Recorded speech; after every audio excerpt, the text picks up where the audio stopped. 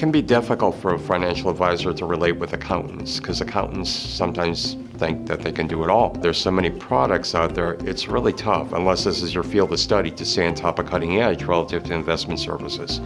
So what was neat about Ed Rimmer is that we met with the client and we were sort of in sync. And I just respect the guy because I think he's beyond the accounting sense and really knowing his stuff. He's also a good human being. Mike's very service-oriented, and we understand that, and that's our model. And we were glad that we can compete with, the big dogs in the room, and so that was very nice. Been working with Mike for about two and a half years. Mike is the only person who I will go to his house to pick up paperwork or to meet with. He has an awesome dog that looks like the Target dog from the Target commercials. So Melissa and I we met through a mutual friend when she moved back from Singapore to Philadelphia. So we got to know each other through my planning practice. Her and her husband, Sean, are clients, and then their daughter, Cricket. Melissa actually ran for mayor at the last election.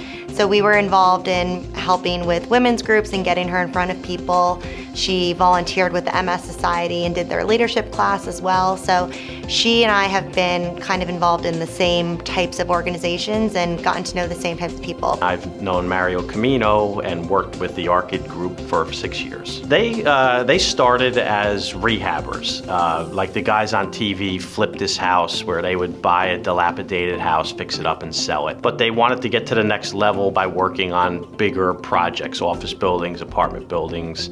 So they came to us with a very big project, which was almost outside the scope of what they could handle at the time. So we came up with a plan that we would help him fund it and help him get the project to the finish line. And that kind of kick-started his business in a new direction, and now he's a major redeveloper in Plainfield. What was very special about the relationship was a couple of years ago, the Federation had an opportunity to expand, and they came to us and we had a very short time frame in which to react.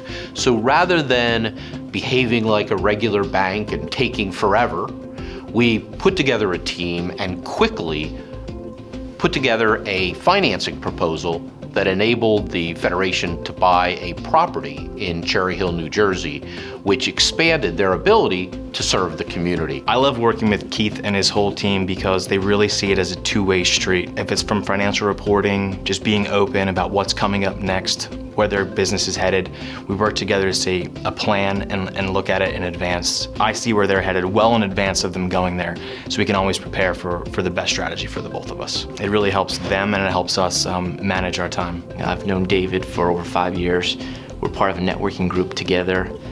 Some of the advice that he's given me over the years is the importance of having a network. Sometimes the things that you help people with maybe not monetarily benefit you, but if you can put them in touch with the right type of people that can help them, it'll actually help you. One of the things that he always says is, and it's applicable to across different terms, but he says people refer bankers, not banks. I was actually referred to him by one of my existing clients that said, if you don't know Anthony, you really need to meet with him. So he fit me in for a quick breakfast, and from there, we've really been able to help each other's business. We refer customers to each other. I keep them at top of mind when I'm working with my small business or nonprofit clients.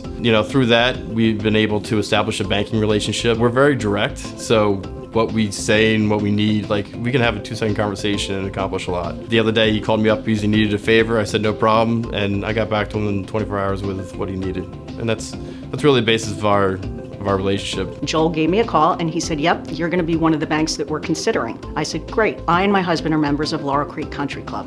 He is the general manager of the club. We were going to be doing a big new project for the club, for club improvement, increased membership, so on and so forth. So we put together a team that knew what they were doing, went and met with the finance committee there, continued to learn more about them. In the end, they chose us, which I was very happy about, and we were able to provide stable financing for the club to grow and prosper. I've known Jack Leonard of the Streamwood Companies for a little over 7 years. Due to a bank merger, he was left hanging with a very large, complex real estate deal. And he knew where to come because we'd been in touch. Long story short, we were able to work through with a couple of Band-Aids at the beginning, and then the full solution for just a great win-win. It took a lot out of us, but it was a great time.